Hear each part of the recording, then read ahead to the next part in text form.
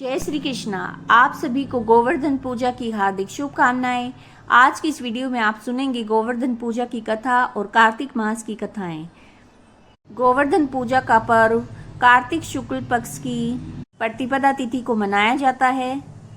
आज 22 अक्टूबर 2025 बुधवार के दिन ये अन्नकूट का पर्व मनाया जा रहा है। तो जो पूजा के जो शुभ मुहूर्त हैं वो इस प्रकार से हैं। पहला जो शुभ मुहूर्त बन रहा है वो सुबह 6:26 से शुरू होकर 8:42 तक है। और गोवर्धन पूजा का जो शाम का जो मुहूर्त है वो है 3:29 से 5:44 तक रहेगा।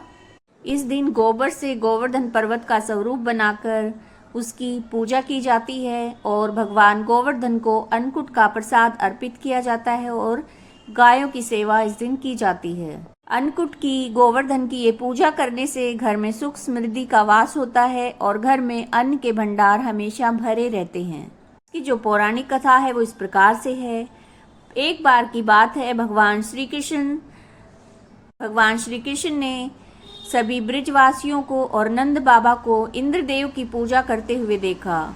उन्हें बड़ा आश्चर्य हुआ। उन्होंने इसका कारण पूछा कि आप लोग इंद्र की पूजा क्यों कर रहे हैं।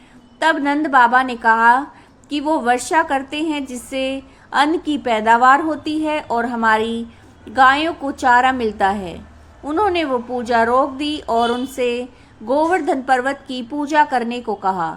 श्री कृष्ण ने कहा कि अगर ऐसी बात है तो आपको गोवर्धन पर्वत की पूजा करनी चाहिए, क्योंकि हमारी जो गायें हैं वो वहीं चरती हैं और गोवर्धन पर्वत ही उनका पेट पालते हैं। उनकी बात मानकर सारे ब्रिजवासी इंद्र की जगह गोवर्धन पर्वत की पूजा करने लगे। देवराज इंद्र ने भगवान श्री कृष्ण की इस बात को अपना अपमान समझा और इसका बदला लेने के लिए उन्होंने मूसलाधार वर्षा शुरू कर दी।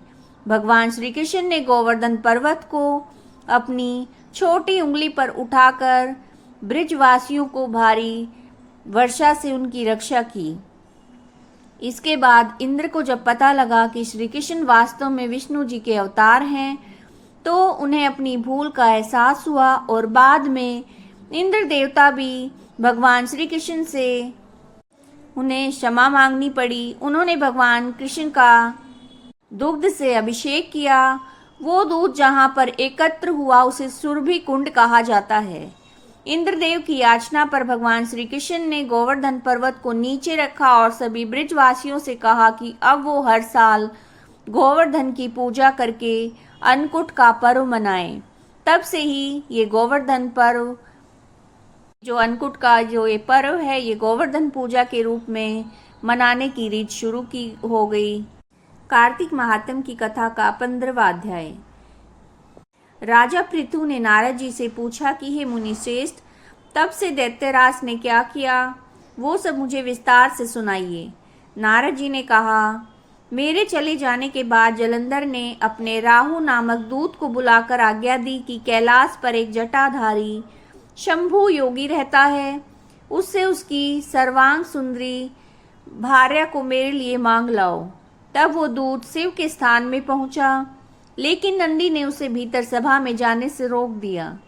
किंतु वो अपनी उग्रता से शिव की सभा में चला गया और शिव के आगे बैठकर दैत्यराज का संदेश कह सुनाया।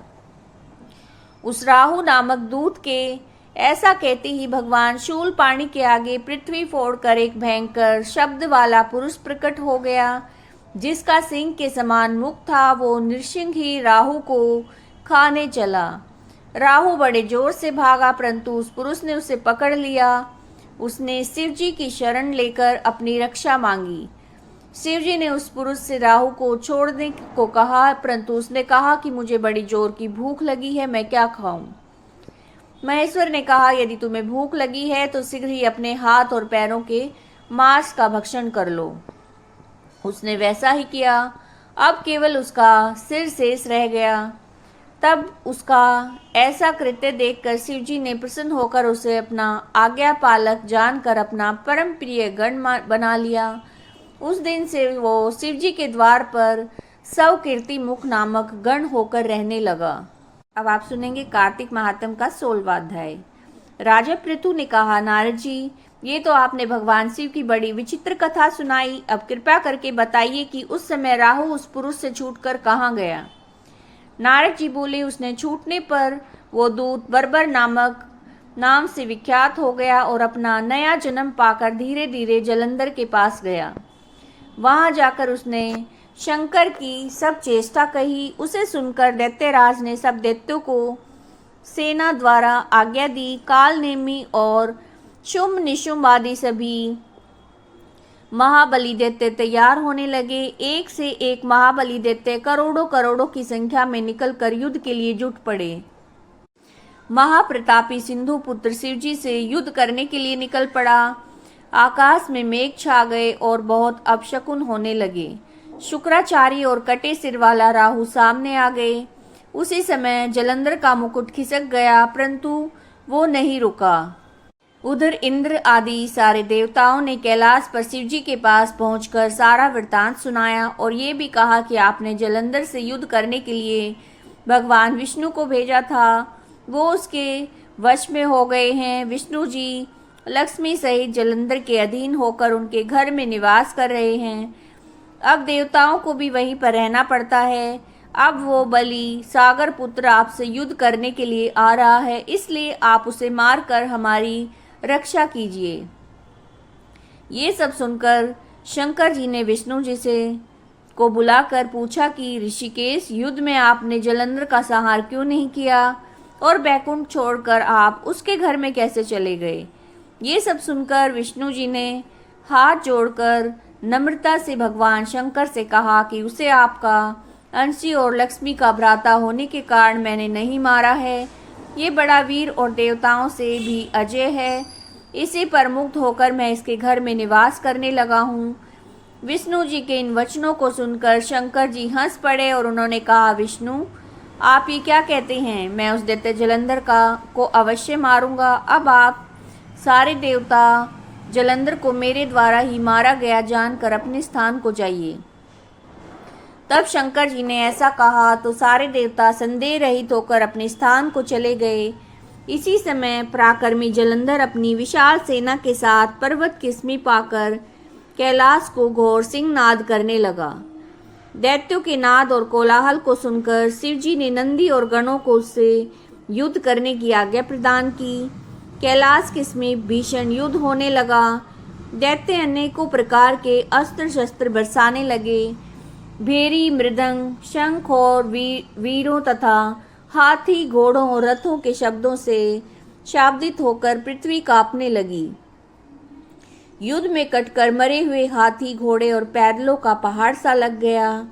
रक्त मांस का कीचड़ उत्पन्न हो गया। दैत्यों के आचार्य शुक्र जी अपनी मृत संजीवनी विद्या से सभी दैत्यों को जिलाने लगे। ये देखकर शिवजी के गण व्याकुल हो गए और उनके पास जाकर सारा वृतांत सुनाया। उसे सुनकर भगवान रुद्र के क्रोध की सीमा न रही। फिर तो उस समय उनके मुख से एक बड़ी भयंकर कृत्या उत्पन्न हुई, जिसकी दोनों जंघाएं ताल वृक्ष के समान थी। वो युद्ध भूमि में जाकर सभी असुरों का चवर्ण करने लग गई। फिर वो शुक्राचार्य के समीप पहुंची और शीघ्र ही अपनी योनि में गुप्त कर लिया। फिर स्वयं अंतर ध्यान हो गई। शुक्राचार्य के गुप्त हो जाने से दैत्यों का मुख मलिन पड़ गया और वे युद्ध भूमि को छोड़कर भागे। इस पर शुंभ, निशुंभ और काल नेमी आदि सेनापतियों ने अपने भागते हुए वीरों को रोका और शिवजी के नंदी आदि गणों ने भी, जिसमें गणेश और स्वामी कार्तिकेय भी थे, दैत्यों से भीषण युद्ध करना आरंभ कर दिया। तो ये आप कार्तिक मास की कथा का अध्याय 15 और 16 आपने सुना। अब तुलसी माता की आरती। तुलसी महारानी नमो नमो, हरि की पटरानी नमो नमो, धन तुलसी पूरण तप कीन्यो, शालिग्राम बनी पटरानी, जाके पत्र मंजरी कोमल, श्रीपति कमल चरण लिपटानी।